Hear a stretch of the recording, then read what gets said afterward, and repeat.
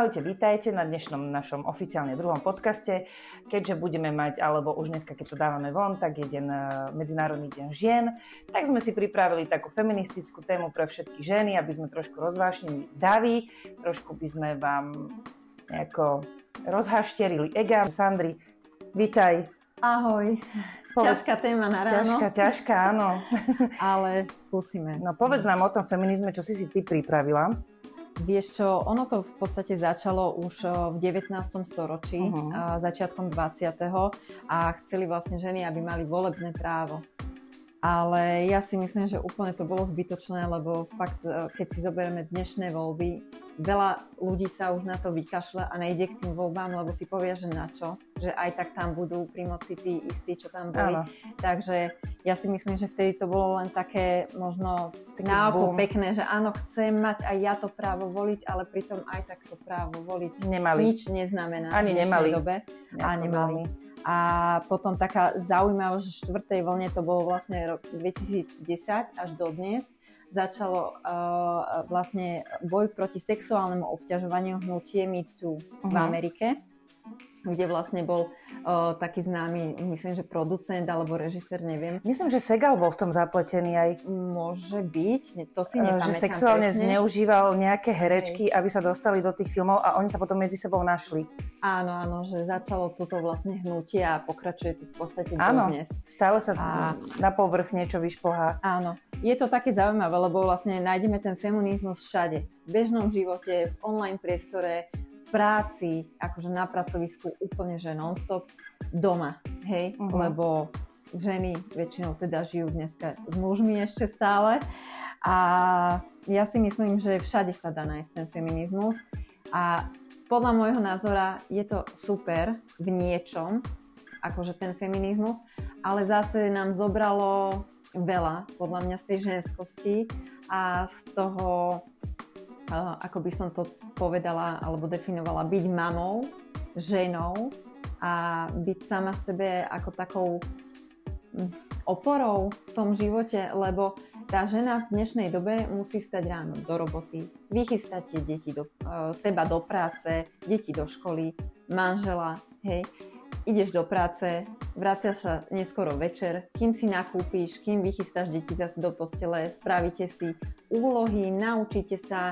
Ty makáš vlastne z jednej roboty, prídeš do druhej domov, nevieš čo so sebou, hej, ty si úplne unavená a teraz akože ten muž sa ťa opýta, že čo ti je? Nič. No nič mi není, no nič. Ale my sme za to bojovali, za ten feminizmus, že sme sa chceli rovnať tým mužom, chceli sme chodiť do práce.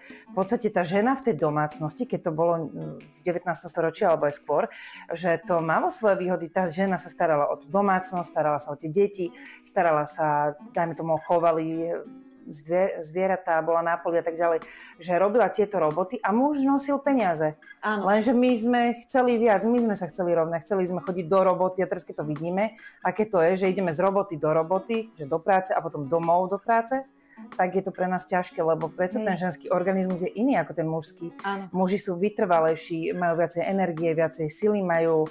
Takže my sa s nimi porovnávať veľmi nemôžeme, takže ten feminizmus nebol až taká výhra pre nás. Áno. A navyše ja si myslím, že žena ako od prírody stále má v sebe tú, ako by som to definovala, no tú mamu, hej, že chceš a máš potrebu sa starať o deti, o rodinu a nemáš ako keby potrebu sa nejak teraz, viem, že existujú určite aj nejaké kariéristi, ktoré si idú za tou kariérou a proste nič iné neriešia, ale však proti gustu žiadny dišputát, ale napríklad taká zaujímavosť, že Margaret Thatcherová, čo bola v politike vlastne prvá britská premiérka, tak ona odmietala, aby ju označovali za feministku, že ona už bola proti tomu napríklad, lebo a pritom, hej, vo vysokej politike bola a pracovala. A napríklad, kam sme sa dostali s tým feminizmom, sme bojovali za rovnaké práva a v dnešnom storočí ešte stále nemáme rovnaké platy ako muži na rovnakej pozícii. Výhody. Ale čo, povedzme si na rovinu. Ten muž dojde domov, vyloží nohy a nič nerobí. Skončil sa mu deň, on nepere, on nevarí, on nežehli, on sa nevychováva, hej. Nevie proste, že čo tá žena ešte všetko robí doma potom, keď príde.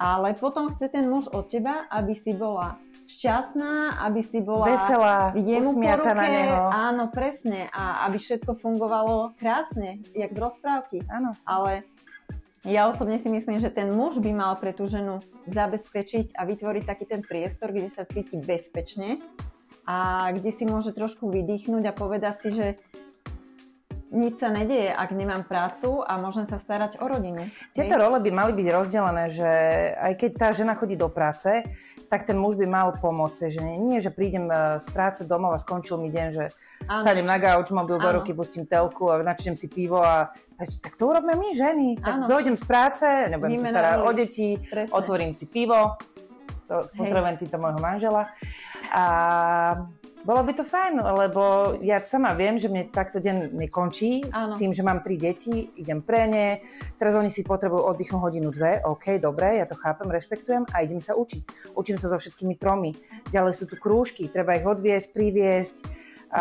nachystať do školy jedlo, oblečenie, teraz idú sa kúpať, musíš byť prítom alebo prítomná, nemôžeš ich nechať len tak. Áno. Teraz, keď im náženiem do postele 9 hodín, oni majú energie, čiže ešte keď sa do 11. minimálne z posteli, takže môj deň skončí až vtedy, keď tie deti zaspia. Hej. Takže to je strašné ten život, že staneš o 6. a skončí mi deň, dáme tomu o polnoci a teraz konečne príde tá polnoc a príde ten môj vytúžený oddych a že je to ticho, ja si ho užívam. Chcem si teraz čítať, teraz si chcem pozrieť niečo na internete, lebo celý deň nemáš na to priestor, nemáš na to čas. Áno. A napríklad ja už som večer tak vyšťavená, lebo som mentálne už v práci. Lebo viem, že ráno o 4. o 5. stávam, zase do práce a zase ten istý kolotoč. A zase viem, že prídem domov a nikto mi nepomôže, hej? Takže tiež utekám so spoteným chrbtom domov, pre malého letím a idem proste non-stop. Tá žena si neoddychne. Ja to hovorím aj môjmu mužovi, že ty prídeš domov, si fyzicky unavený, ty láhneš do posteli, vyspíš sa z tej únavy, ale ja som mentálne unavená. Ja láhnem a ja v tej posteli rozmýšľam a vstanem a stále rozmýšľam. Tá mentálna únava, to nejde len tak, že lusknem a nie je, že neexistuje. Áno. Takže toto sme si, ten feminizmus nejako veľmi zle sme si ho premysleli. Áno, veľmi. Lebo ja si myslím, že už keď že zle sa to volá proste, malo by to byť rovnoprávnosť, nie feminizmus, lebo už keď sme pri feminizme, tak tam skôr toto sexuálne obťažovanie by som tam zahrnula, ale nie takéto nejaké delenie si roli alebo 50-50. Akože keď už chceme sa rozprávať o takýchto veciach ako pol na pol, tak potom preber tú zodpovednosť za domácnosť, preber zodpovednosť za výchovu. Áno. Hej. Určite áno. Ale zase pozri, sú tie ženy, ktoré sú kariéristky, to som aj chcela na to ešte reagovať, že majú deti len pro forma. Áno. A dieťa má, dajme tomu 2-3 mesiace a idú do práce. A to dieťa vyrastá s tou opatrovateľkou, alebo v jasličkách, alebo s niekým. Jednoducho, koľko sa tá mama tomu dieťaťu venuje. Teraz ona ide ráno do práce, príde, dajme tomu o 5. 6. z práce a s tým malým bábätkom je koľko? Veď to bábo, alebo všeobecne dieťa vychováva cudzia žena. Ako to dieťa môže tej mame povedať, že si moja mama? To isté, keď niekto povie, že prečo si na materské 3 roky? Ja som bola napríklad s prvým dieťaťom 3 roky, s dvojičkami a tým, že im zle vychádzajú roky, takže 4 a keď niekto povedal, že prečo si s nimi tak dlho, ja si to dieťa užívam, to dieťa je malé iba raz. A aby si na mňa pamätalo, že my sme mali pekné detstvo, mama sa nám venovala a naozaj akože my sme celé dni tvorili, staršie, o 4 roky starší, takže sme tvorili celé dni, hrali sme sa, vonku sme boli, takže moje deti nemôžu povedať, že ich vychovávala babka, alebo jaslička, alebo škôlka. Áno. Ako môže potom plnohodnotne sa venovať deťom, keď hneď chce nastúpiť do práce a hneď chce pracovať? Veď to nie je potom materstvo. No nie je, určite. Akože nech sa na mňa nikto nehnevá teraz, akože, ale fakt, ja si myslím, že mama by mala byť 3 roky na materskej, hej. Ja viem, že existujú krajiny, kde po 2 mesiacoch idú ženy do práce, ale toto je naša výhoda tejto krajiny. Je to veľká výhoda. Hej, že to tu máme, lebo je to tak krásne obdobie, teda z môjho pohľadu, ja som ho mala veľmi komplikované a stresové, ale nie kvôli tomu, ale kvôli komplikovanému vzťahu, čo som riešila. A vôbec som si to tak neužila, ako by som chcela, lebo je to najkrajšie obdobie ženy, keď sa ti narodí dieťa a proste teraz je ten malý človečik a na tebe záleží, že ako ho vychováš a on je proste odkázaný na teba. Takže ja by som si nevedela celkom dobre predstaviť si k nemu dať, aj keby som mohla finančne a časovo k nemu dať pestúnku. Hej. Ja si to neviem predstaviť. A nie si to neviem predstaviť, lebo to dieťa mamu potrebuje a nie je najkrajšie. Aj včera mi hovorí mama, že ty si moja najobľúbenejšia mamička, že najkrajšia, že nikto nemá takú peknú, múdru mamičku. To je také milé, lebo každé dieťa má tú svoju peknú, múdru mamičku. Že ako si to dieťa uvedomuje. A teraz, že keby som s nimi nevenovala sa im a bola v práci, tak aký máme ten vzťah? Veď to dieťa potrebuje tú mamu tie 3 roky. A teraz ma celkom zaráža, že bude meniť zase nový školský systém, že budú mať, myslím, že už povinnú škôlku v 3 rokoch. Že ich budú musieť zobrať, pretože predškolská nebude rok, ale bude 2 roky predškolská. Čo si myslím, že to je tiež taká hlúposť, že keď niekto má napríklad menšie dieťa a má škôlkára, tak prečo by ho nedával až do predškolskej na ten rok? Áno. Že prečo si ho nechce užiť tú dobu, keď napríklad finančne na to má na to čas, je s menším dieťaťom doma. Prečo by mala byť povinná predškolská? Už začíname ísť do toho systému európskeho, kedy tá predškolská príprava, alebo tá školská príprava je od 5 rokov. Áno. Čo je podľa mňa strašne skoro, aby 5-ročné dieťa robilo toto. To isté si zober, že keď naše deti išli, máme prvákov do školy, už aby si vedel podpísať si meno, už máš vedieť počítať, už máš vedieť toto. Veľké nároky. Veľké nároky sú na tie deti, že my sme toto absolútne nemali. Absolútne, takže ja si myslím, že aj zničené detstvo je tým, pretože to dieťa fakt si chce užiť tie roky, ako kedy je malé a kedy sa môže hrať a má ten čas a priestor sa hrať aj s rovesníkmi. Ale myslím si, že takto pripravovať predškolský akože na 2 roky je dosť. Veľmi skoro. A pritom naozaj, kebyže môžem zostať a nemusím ísť hneď po materskej do práce, tak tiež by som zostala až do predškolskej s ním.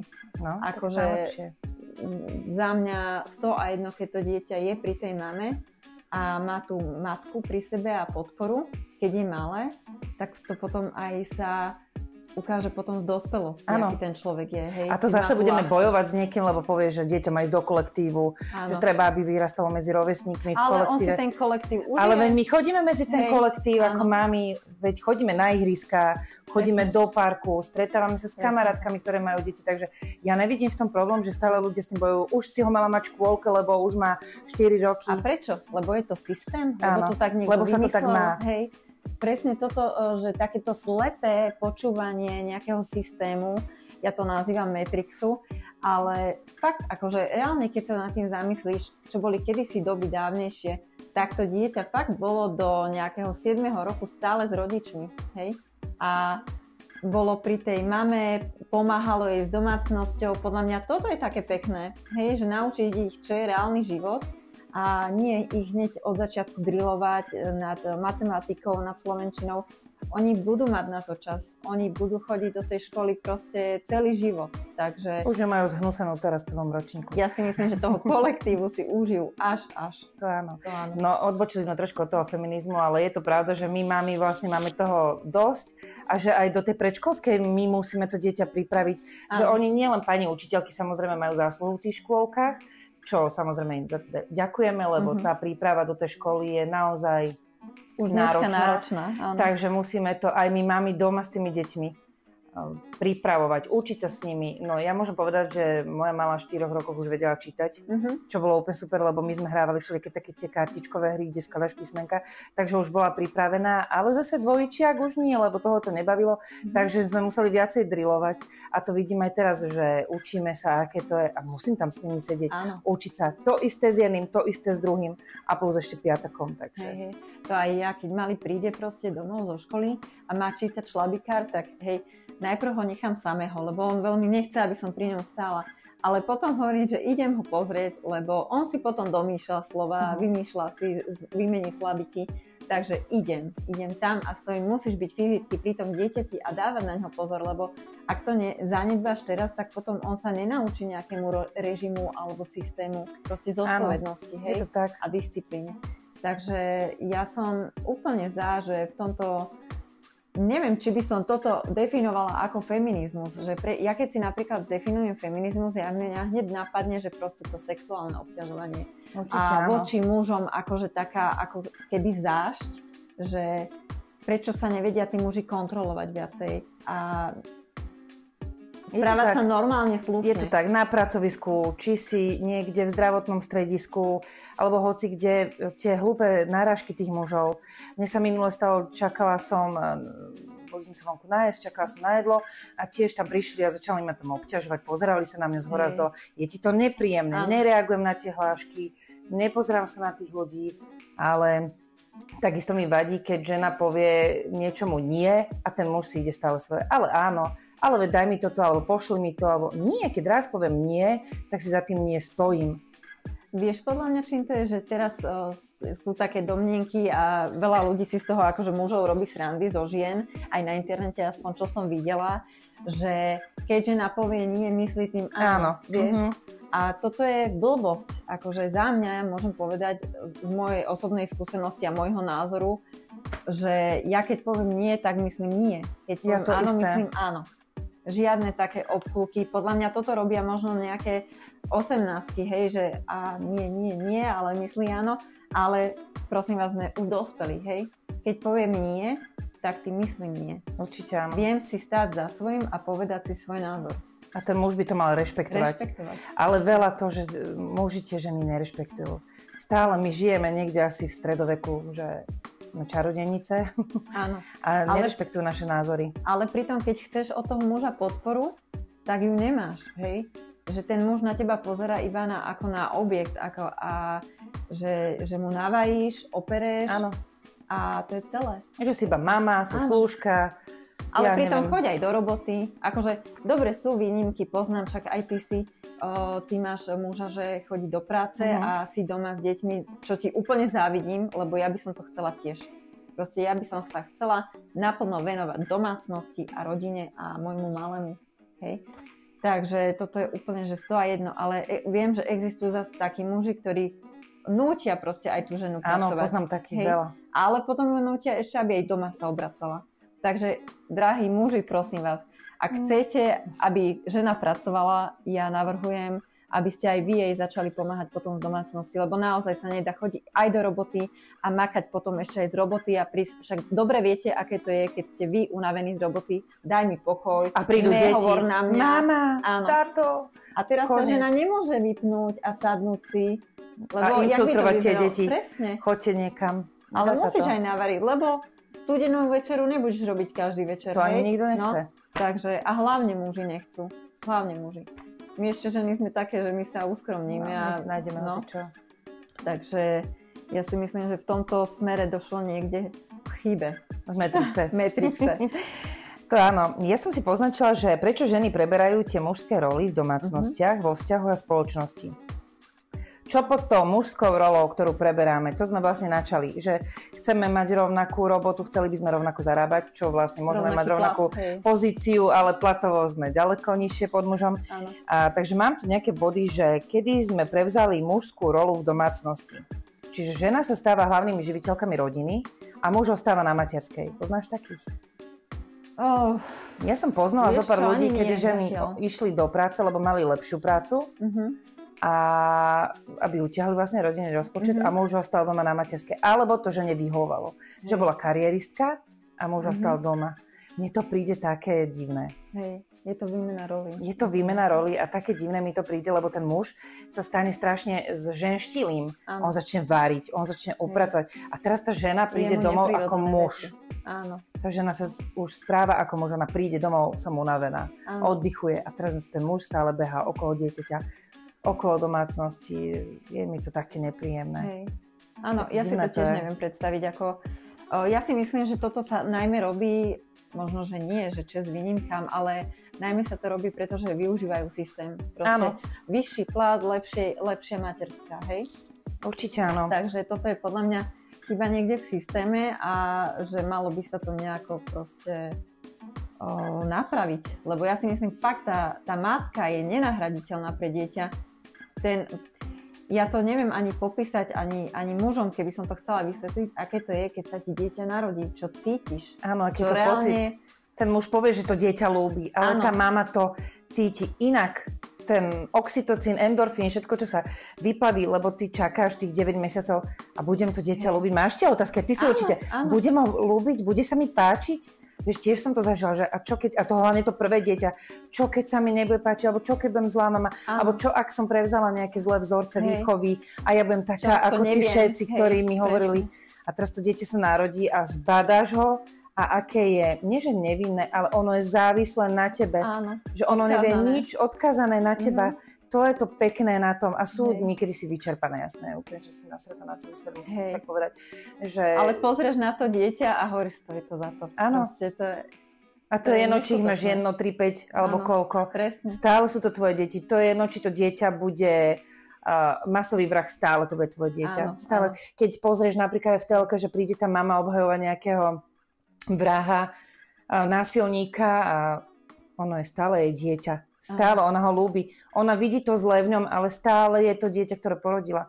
Áno, že tá láska je tak silná, že napriek tomu, že niekto niečo takéto spraví, tak ona ho stále miluje. Áno, možno, že ho mysle, že odsúdila ho aj ona, ale ten cít je tak silný, že ako keby si s tým človekom navždy spätá. Áno, je takým niečím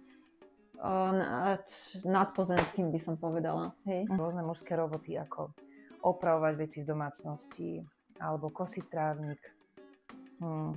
Taktiež skladáme nábytok, alebo rúbeme drevo. Ty máš nejaké skúsenosti s tými mužskými prácami? Áno. Samozrejme, na také väčšie zásahy domácnosti, alebo čo sa aj samozrejme týka elektriky a takýchto vecí, to nie, to automaticky opravár musí prísť, alebo nejaký hodinový manžel, ktorý mi s tým pomôže, keďže som sama mamina. Ale také tie, napríklad detskú izbičku, keď sme robili z IKEA veci, tak Mali to strašne chcel a že ako sa to robí, tak som mu to ukazovala, takže to sme si poskladali sami. Takže ja som bola primárne pri tom tá, ktorá to skladala a malinky mi pomáhal a nepotrebovala som na to muža. Ale ono sa vždycky hovorí, že ten muž má byť, tá rola toho muža má byť taká, že ja, Zlatko, viem, že ty to zvládneš sama, ale ja nechcem, aby si to robila ty. Áno, malo by to tak byť. Ja ti to spravím, ja ti pomôžem, ja to opravím, ja to poskladám. Proste nedovolí ale ti to. im to vyhovuje tým mužom už v tejto dobe, že tá žena dokáže všetko urobiť sama, že fakt poskladáš ten nábytok, opravíš si tečúci záchod, alebo hoci čo, či sa týka auta, ideš sama do toho servisu. Áno. A potrebuješ pneumatiky, sama si to všetko zabezpečí. Že ten muž vlastne akú má tú rolu v dnešnej dobe. Hej. A najmä keď napríklad aj začínajúci vzťah, že vtedy tá žena naozaj očakáva od toho muža, že bude iniciatívny. Ona nepotrebuje teraz, akože je krásne, keby jej to zaplatil tú opravu toho auta, áno, že jej to pomôže finančne, ale vieš, čo je pre mňa najväčšia taká pomoc, že vôbec, že sa ponúkne, že mi pomôže zobrať alebo odviesť, alebo tak, že nie ani tá finančná, ako takáto tá podpora, tá psychická, tá manuálna, alebo ako by som to povedala, že naozaj niektorí proste vedia, majú vzťah so ženou a vedia, že to auto potrebuje po niekoľkých kilometroch vymeniť olej. A existujú muži, ktorí sú iniciatívni, povedia, Zlatko, daj mi kľúče, dám ti ho pre istotu preveriť, že či máš auto v poriadku. A niektorí proste, aj keby si dostal defekt, tak ešte máš problém, aby ti zdvihol telefón. Ja to poznám celkom. Takže tiež si sama chodím dávať, vymieňať gumy. Ja tiež. Starám sa sama o auto, už keď viem, že olej treba meniť, tak si ho zanesiem. Čokoľvek treba meniť, tak sa starám o to a teda tiež by mi mohol manžel pomôcť v tomto. Ale naučila som ho, že dokážem robiť mužské roboty a spohodlnel v tomto smere, takže aspoň tie deti cvičím, aby mi pomáhali trošku s tými robotami. Ale oni tie deti prirodzene chcú. Áno, lebo pýtajú, ich to baví. Ich to zaujíma, ich to baví. Ale dospelý muž už má byť vychovaný od tej mamy svojej alebo od otca, od rodiny. Má mať nejaké tie základy a hygienické návyky. To áno, je úplne, mal by trošku vedieť variť. Mal by vedieť tú pračku pustiť, alebo naučím sa tú umývačku. Prečo by to mala robiť iba žena? Veď aj on sa stravuje. Áno. Alebo niekedy tak bolo zaužívané, že ja som varila, tak ty umýješ riad. Áno. Už v dnešnej dobe to tak veru, že nie. A u nás napríklad domácnosti tiež tak nie. Aj navarím, aj si riad dám do umývačky, aj si ho vyberiem. A naozaj akože málo kedy je, že môj manžel dá do umývačky napríklad riad, to je raz za 2 týždne. Aj to doteraz ho nevedel obsluhovať. Tomu ukázali deti, lebo teraz spolu je taká vec na internete, som postrehla, že niektorí muži, ja ich nazývam z tých ženštiny, majú teóriu, alebo teda uznávajú to, že 50-50. Akože žena má aj pracovať, aj majú mať na poli akože rozpočet, aj keď spolu žijú, aj keď spolu vychovajú deti. Ale ten muž stále zostáva v tej rovine, že vyloží nohy doma, nič nespraví, vieš. Ty chodíš aj do roboty, prídeš unavená, od rána do večera si v práci, prídeš unavená, vystresovaná, ledva si stihala ísť pre deti, navariť, upratať, umyť, čo treba.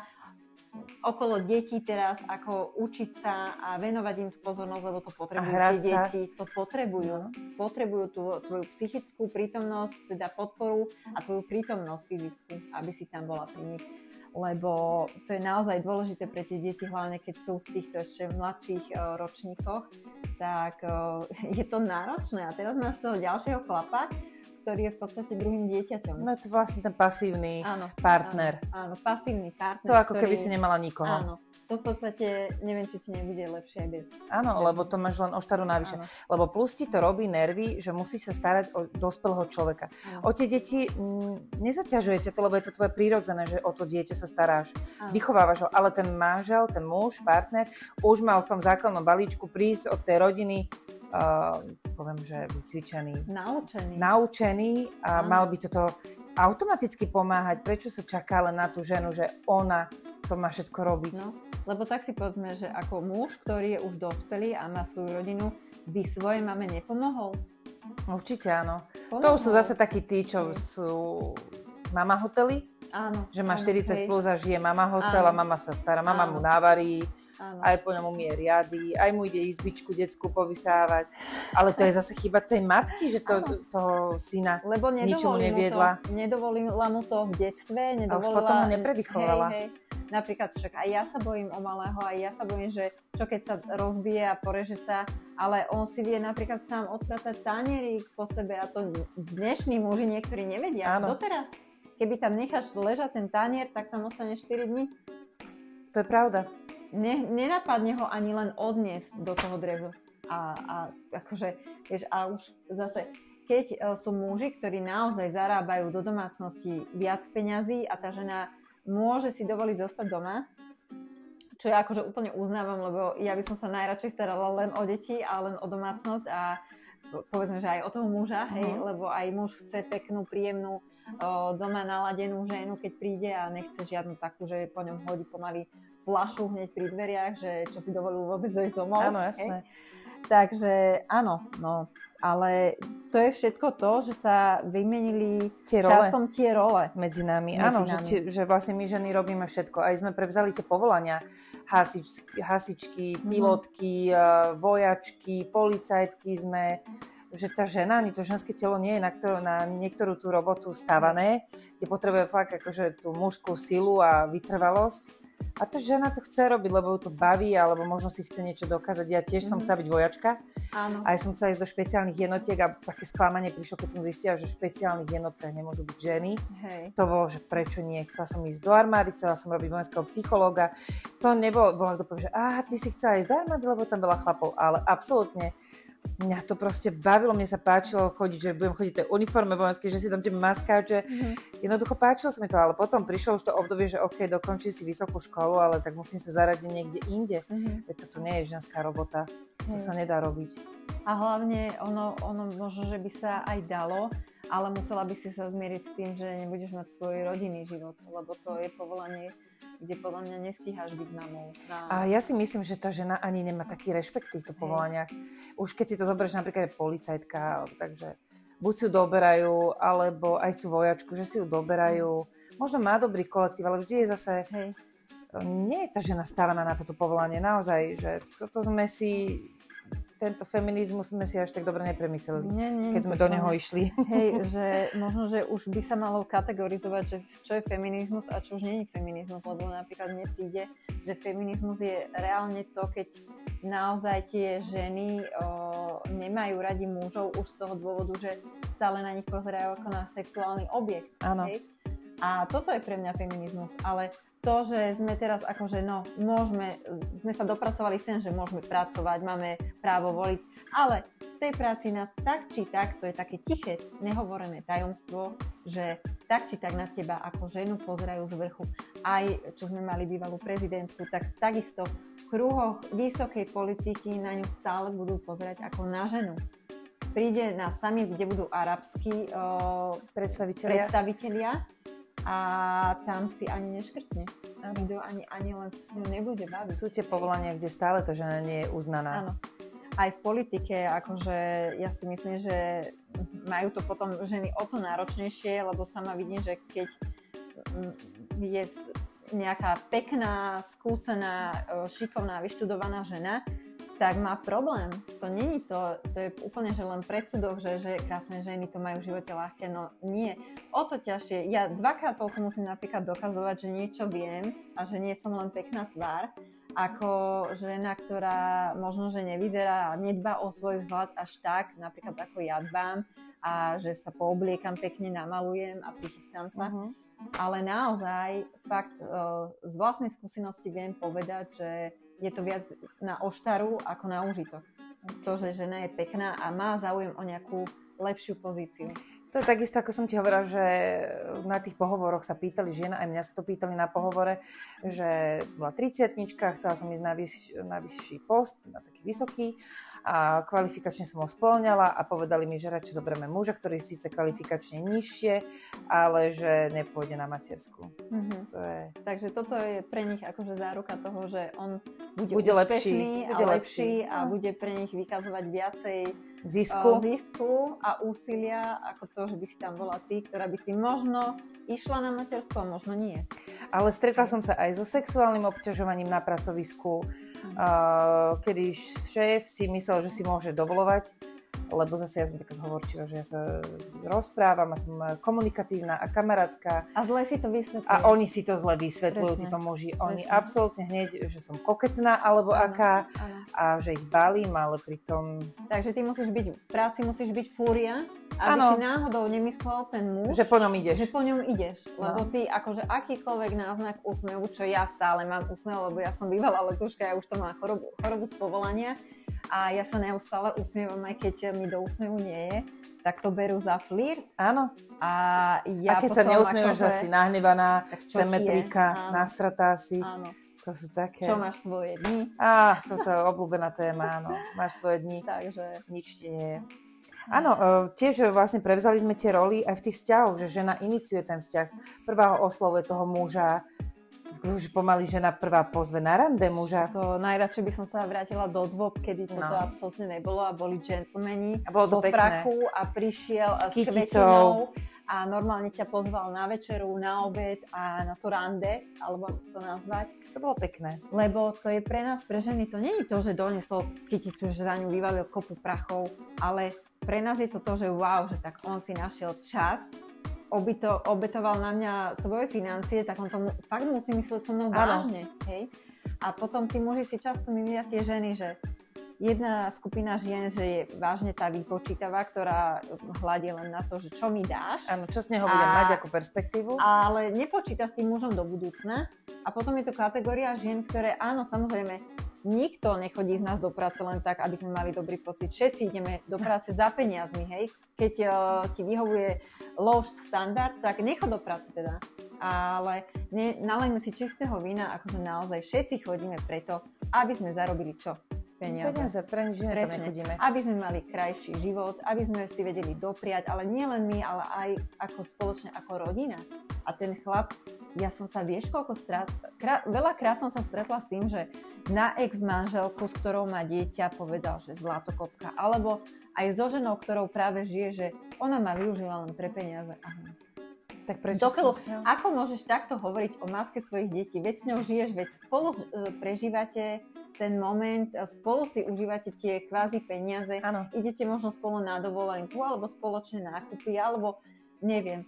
Ale toto pre mňa nie je zlatokopka. Zlatokopka je tá, ktorá presne ide po majetku za tým cieľom nebyť s tým mužom do budúcna, ale využiť ho na určitú dobu Kedy si možno nájde ďalšieho takéhoto hlúpeho, hej? A veľa je takých. Veľa je takých. Ale veľa je aj takých, ktorí vedia tí muži, že ona... Nie, to je jedno, áno. Takže im to je jedno. Ale to musíš vidieť, že či tá žena v tom vzťahu je kvôli peniazom, že proste sedí celý deň na gauči, nohy vyložené doslova, alebo je tam síce za peniaze, ale vidíš nejaký výsledok, že za ten deň po sebe zanechala. Uprataná domácnosť, alebo deti vychované, že on vidí tú starostlivosť od tie deti a tú domácnosť. Nemôže byť slepý. Koľko si toho tí muži chcú priznať?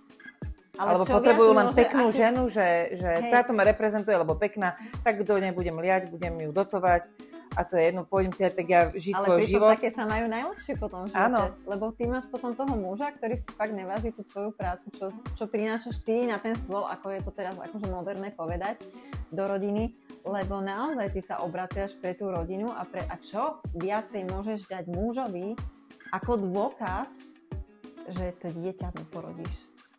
Dieťa sa vám narodí obom a ty mu dáš vlastne týmto dôkaz, že s ním chceš dielať toto všetko, tú lásku a mať s ním deti a vychovávať s ním tie deti. To je aká veľká zodpovednosť na dieťa.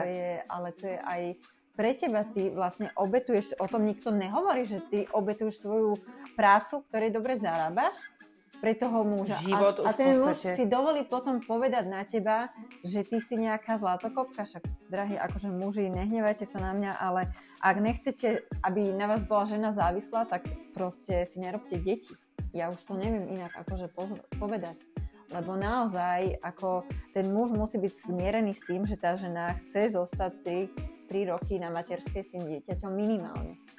Asi odkázaná na toho partnera. Aj na ten jeho príjem, lebo z tej našej materskej sa vyžiť nedá. To je katastrofa a teda ten muž musí byť na to nastavený. Že tá žena sa bude tomu dieťaťu venovať, veď to dieťa je malé iba raz a keď sa mu nebudem venovať teraz prvé 3 roky alebo 4, tak kedy sa mu potom mám venovať? Keď príde do puberty a už tu mamu nebude chcieť toľko, lebo už to je trápne? Že bude chcieť byť s kamarátmi, alebo už táto éra tých detí s tými mobilmi a počítačmi. Že kedy si tá mama to dieťa užije a ako ho má vychovať, keď ho napríklad bude niekto iný vychovať.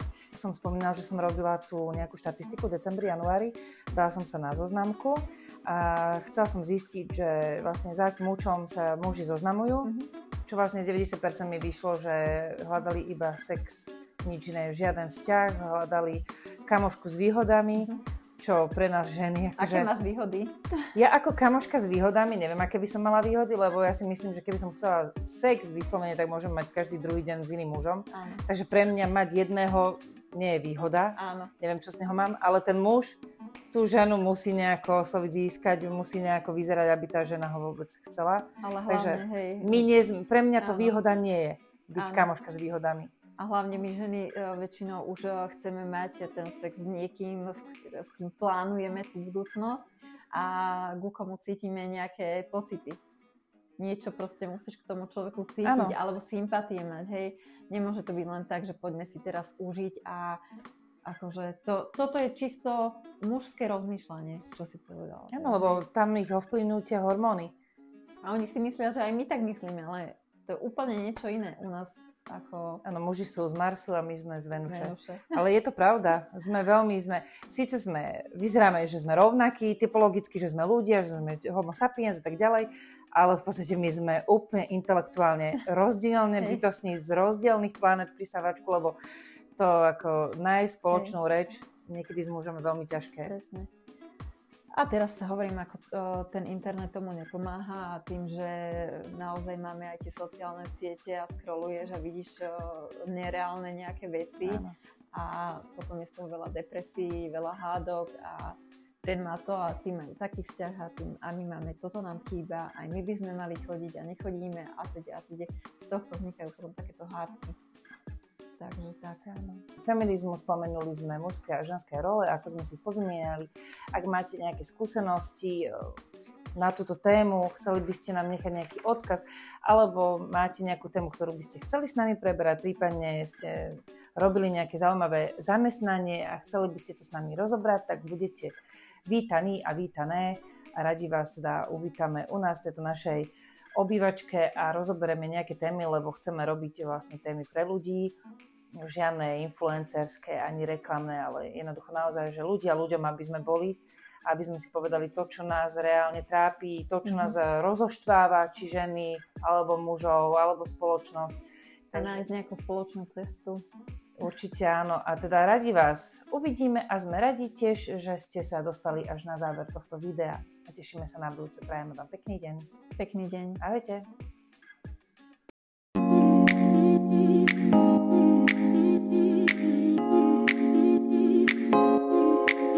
4 Elements.